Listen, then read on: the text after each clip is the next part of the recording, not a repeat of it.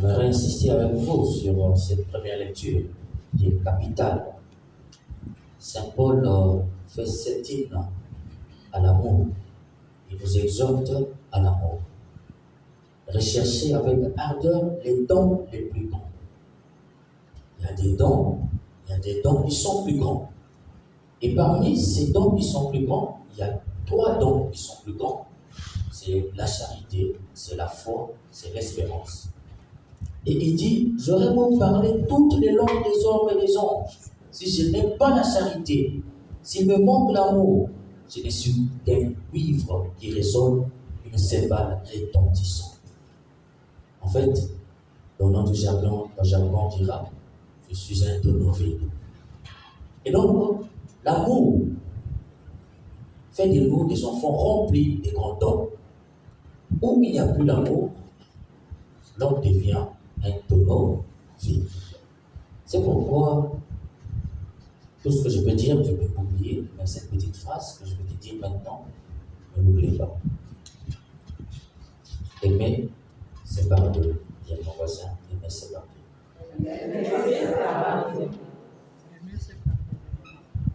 Aimer, c'est pardonner. J'aurais beau être prophète, avoir toute la science, le mystère et toute la connaissance de Dieu, j'aurais beau avoir toute la foi jusqu'à transporter les montagnes, s'il me manque l'amour, je ne suis rien. Qu'est-ce que l'amour, chers frères et sœurs? Ici, Saint Paul nous révèle les différents types ou les différents degrés d'amour. Saint Paul, c'est un érudit, c'est quelqu'un qui connaît, c'est un sachant. Et Paul, lui, parle plusieurs langues. Il parle hébreu, il parle araméen, il parle grec, il parle latin. C'est un homme de plusieurs cultures. Et ici, il sait ce que veut dire l'amour dans les différentes cultures qu'il a fréquentées. Et il s'appuie sur la culture grecque pour nous parler d'amour. À la fin, il dit, l'amour prend patience, l'amour en service, l'amour ne jalouse pas, il ne se vante pas, ne se gonfle pas d'orgueil, il ne fait rien d'impromptu. Mais il dit quelque chose, si je ne fais pas tout cela, je suis comme un enfant. Car hier j'étais un enfant, aujourd'hui je suis grand. Chez les Grecs, un enfant a une façon d'aimer. Le premier degré d'amour, c'est le degré de ce qu'on appelle l'amour philéi. C'est quoi l'amour philéi? C'est le premier degré qu'un enfant fait montre lorsqu'il commence à aimer. Un enfant dans la maison aime son père, aime sa mère, aime tout ce qui est là. Il peut aimer même le chat qui est là, il peut aimer la chienne qui est là, le chat ou la chatte qui est là. Donc il aime tout ce qui est dans la maison, il aime ça, ses parents, il aime ses frères, il aime ses soeurs. Mais est-ce que ça c'est l'amour? L'amour philéi n'est pas encore l'amour. Dis à ton voisin, ce n'est pas encore l'amour. Parce que cet amour est facile. Il est facile d'aimer son père. Il est facile d'aimer sa mère. Il est facile d'aimer son fils. Il est facile d'aimer sa fille. Il est facile de s'aimer entre membres de la famille. Mais est-ce que c'est réellement l'amour? Cet amour-là ne te fera pas rentrer au paradis. C'est le premier pas, le premier degré vers l'amour, mais tu n'es pas encore dans l'amour. Et Saint Paul déjà ici, il commence à parler de la science, toute la connaissance de Dieu. J'aurais pu avoir toute la foi jusqu'à transporter les montagnes. S'il me manque l'amour, je ne suis rien. C'était un danger, chers frères et sœurs. Aujourd'hui, vous voyez des parents, qu'est-ce qu'ils font? Eh bien, ils suivent les enfants. Il faut aller à l'école, il faut étudier, c'est bien. Mais si vous ne s'aimez pas l'amour, là où il y a la science, cette science-là va déposer cet enfant et vous détruire vous-même. Il y a des enfants que vous avez situés, il y a des enfants que les parents ont situés. Il faut aller à l'école, il faut travailler, ils travaillent aujourd'hui. Mais puisqu'on n'avait pas sémé le grain d'amour dans son cœur, il n'aide pas ses parents. Il y a beaucoup d'enfants qui ne s'occupent pas de leurs parents. Pourquoi? Ils n'ont pas d'amour. Il n'y a pas de reconnaissance d'amour dans le cœur de ces enfants. C'est pourquoi Saint Paul ici commence déjà à dire la connaissance de Dieu. Parce que tout ce qu'on connaît, c'est à travers la connaissance de Dieu. C'est bien. Mais il faut l'amour dans le cœur. Parce que qui connaît et qui n'aiment pas cette science devient dangereuse pour la société. Vous voyez, je prends un exemple pour vous. Nos enfants aujourd'hui manipulent bien le téléphone. C'est une connaissance. Mais si l'enfant n'a pas l'amour dans le cœur, qu'est-ce qu'il va faire? C'est des enfants, vous voyez aujourd'hui, ils prennent votre téléphone, ils trouvent le code, ils volent votre argent. C'est des enfants qui peuvent même utiliser votre téléphone pour vous chanter. Des enfants aujourd'hui à qui, quand on remet l'ordinateur, ils récupèrent toutes vos données et ils vous font chanter. C'est pourquoi beaucoup de vidéos de gens se retrouvent sur la toile. Il ne sait pas qu'il est en train de faire du mal. Oh, il a la connaissance. Mais cette connaissance, il peut rendre service. Il peut faire le bien avec. Mais puisqu'il n'y a pas l'amour des autres, c'est-à-dire que le sentiment de savoir que ce que je fais est mauvais, eh bien, avec cette connaissance, qu'est-ce qu'ils font? Ils font du mal. C'est pourquoi le premier pas de l'amour, c'est philéi. Mais si tu es dans l'amour philéi, tu n'es pas encore dans l'amour. Le deuxième degré de l'amour, c'est l'amour éros. Éros, c'est l'amour du plaisir. Et l'enfant, quand il est dans la maison, après il commence à aimer des choses. J'aime la télévision plutôt que la radio. J'aime telle émission plutôt que telle autre. Il commence à cultiver ce qu'on appelle l'amour éros. L'amour du plaisir. Et une fois qu'il va grandir, si cet amour éros n'est pas canalisé, il va faire du mal. Parce que pour lui, aimer, c'est considérer les autres comme des objets de plaisir. Vous voyez les enfants qui grandissent, qui deviennent adultes, qui se marient, mais sa femme, c'est un objet de plaisir. Son travailleur, c'est un outil de plaisir. Les gens se considèrent aujourd'hui comme des objets de plaisir. Et vous-même aussi, vous pouvez être victime d'un objet de plaisir, c'est un homme ou c'est une femme. C'est-à-dire qu'il ne vous considère que parce que vous lui donnez quelque chose. Il ne vous aime que parce qu'il a quelque chose à prendre sur vous. Voilà le danger de l'amour éros que Saint Paul est en train de dénoncer ici, lorsqu'il dit l'amour rend service. Or, l'amour éros ne rend pas service. L'amour éros, on attend qu'on nous rende service. Parce que l'autre, c'est un objet de plaisir. Dis à ton voisin, je ne serai pas un objet de plaisir. On peut te pousser que parce que tu as des choses à donner. On a besoin de toi que parce que tu sais faire plaisir aux gens. Parce que tu prépares bien. Elle prépare bien, on t'a épousé que parce que tu prépares bien. Non! Tu es un objet de plaisir. On dit parce que tu es ceci, tu es cela. Tu es un objet de plaisir. Et cet amour est dangereux. C'est pourquoi, pour ne pas être dans l'amour du plaisir, il faut le véritable amour que nous allons voir avec le Christ. Mais ça, nous sommes dans le deuxième degré de l'amour qui n'est pas encore l'amour. Donc, si tu es dans l'amour fidèle, tu es l'amour éros, tu n'es pas encore dans l'amour. Et le troisième degré d'amour chez les Grecs, c'est l'amour philocal. C'est quoi l'amour philocal? C'est l'amour de la beauté. On t'aime que parce que tu es beau, on t'aime que parce que tu es belle. Et ça, on commence à cultiver ça dans la maison. Aimer que ce qui est beau. Et aujourd'hui, vous voyez, tout ce qui est beau attire. Mais ne te laisse pas attirer que par la beauté. Surtout la beauté physique. La beauté physique n'exprime pas la bonne qualité de l'amour. Tu peux être beau du visage et mauvais du cœur. Et aujourd'hui, les gens, ils s'attellent qu'à la beauté physique. Ça veut dire quoi? On te considère comme un pot de fleurs. Les hommes qui commencent à draguer les femmes commencent à dire, madame, je vous aime. Non, mais belle, oui, vous êtes très belle. Mais si un homme commence à te draguer, te dire que tu es très belle, il faut déjà partir. Parce que si il t'aime que parce que tu es belle, c'est une phase dangereuse. C'est un monsieur dangereux. Parce qu'il est dans quel amour? De l'amour philocal, l'amour de la beauté. Or, l'amour de la beauté a un danger. Quel est le danger? C'est le danger du pot de fleurs. C'est-à-dire que lorsqu'on peint un pot de fleurs, à force de regarder ce pot de fleurs, sa beauté s'évapore. Dès lors qu'on voit un autre pot de fleurs, il faut payer ce pot de fleurs pour remplacer l'ancien.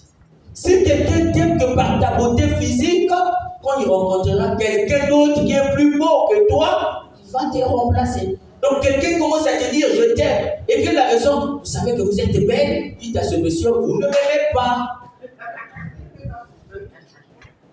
Malheureusement, beaucoup de nos sœurs, de nos mamans tombent dans ce piège de l'amour philocal, l'amour de la beauté.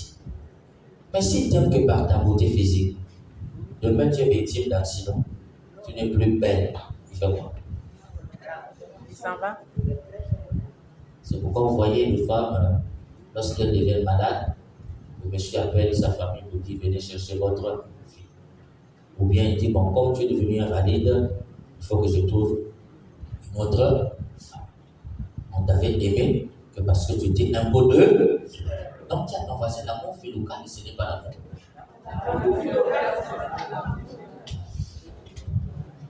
Mais quel est le vrai sens de l'amour? C'est ce qu'on peut le dire ici. L'amour prend patience, l'amour rend service, l'amour ne jalouse pas, il ne se vante pas, il ne se gonfle pas d'orgueil, il ne fait rien d'inconvénient. Il ne cherche pas son intérêt et ne s'emporte pas, il n'entretient pas de orgueil. C'est quel amour ça? Ce qu'on appelle l'amour chez les Hébreux dit Habet. Habet en hébreu, qui a donné en grec agape et en latin caritas, en français charité. C'est ça la vertu que Saint Paul nous exhorte ici. L'amour, charité. Dis à ton voisin, l'amour c'est l'amour charité. C'est quoi l'amour charité? Dans l'amour charité, nous avons déjà le mot chair. Ça c'est un problème. Ça veut dire quoi? C'est l'amour qui te permet de prendre une partie de toi pour donner à l'autre. Ça veut dire quoi? C'est comme si on a pris une partie de ta chair et on a greffé dans la chair de l'autre. Si on prend une partie de toi, ça te laisse quoi? Une cicatrice. Et quand on greffe dans la partie de l'autre, ça laisse quoi? Ça laisse une cicatrice. Ça veut dire que c'est cet amour-là qui te permet d'avoir des blessures.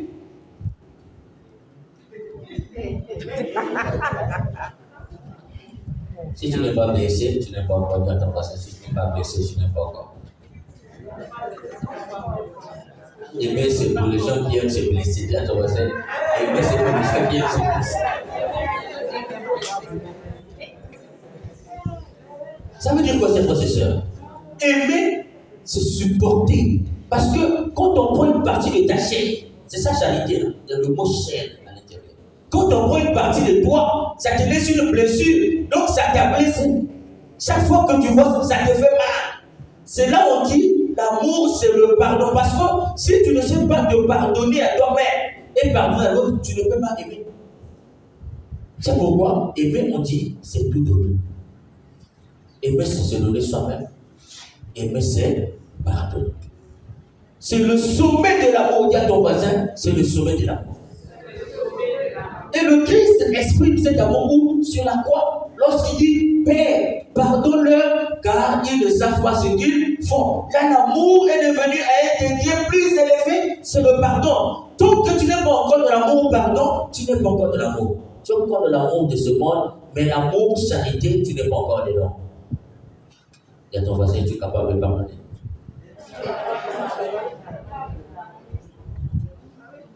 Un jour comme ça, pour finir, une femme était à la maison et s'est lamentée, elle pleurait, elle appelle sa copine.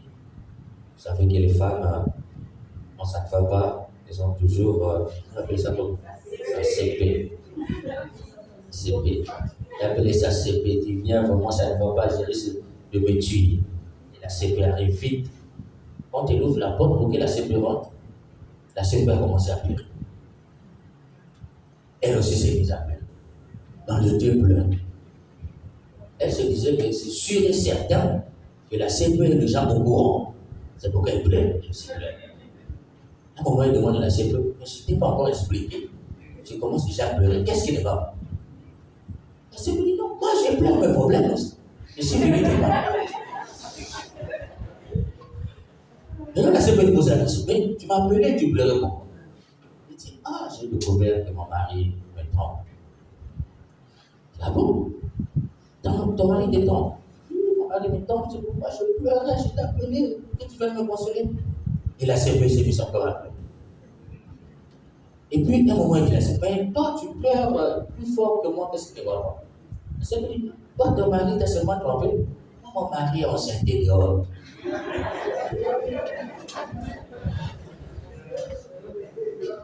Et la CP, qu'est-ce que j'ai dit? La dame va d'abord à la douche laver son visage, puis dans la douche laver ses mains.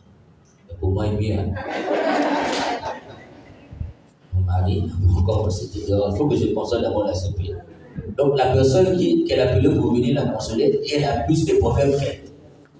Et pendant qu'elle console la CP, une autre CP aussi est venue. Quand l'autre CP est venue là, elle trouve la CP en train de pleurer. Elle aussi s'est mise à pleurer. L'autre me regarde et puis en train de pleurer. Et puis à un moment donné, là c'est pour ça le question, mais tu pleures pourquoi? Je dis non, moi je pleure parce que mon mari est enceinte une femme dehors. L'autre dit, ah, donc ta mari est enceinte une femme dehors. Non, mon mari est enceinte ma petite sœur. La CP est allée dans la douche, laver son visage, pour moi il est mieux. Donc il fallait consoler celle à qui le mari a enceinte la petite sœur. Et pendant qu'on consolait celle qui avait perdu son mari avant enceinte la petite sœur, une autre CP est venue encore. Et cette fois-ci, elle pleurait, l'autre pleurait. Donc, mais toi, tu pleures pourquoi? Ma mari enceinte ma petite sœur. Et puis l'autre dit, ah, donc ton mari enceinte ta petite sœur. Moi, je pleure parce que mon mari enceinte ma petite sœur et ma maman à la fois.